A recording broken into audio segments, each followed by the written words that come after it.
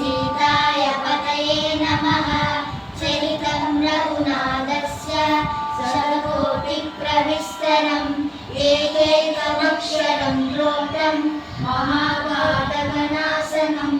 आदौ राम ततो वनादिगमनं हत्वा मृगं काञ्चनं वैदेहीहरणं जटायुमरणं सुग्रीवसम्भाषणं वालीनिग्रहणं समुद्रतरणं लङ्कापुरीदहनं पश्चात् रावणकुम्भकर्णहननं रामायणं।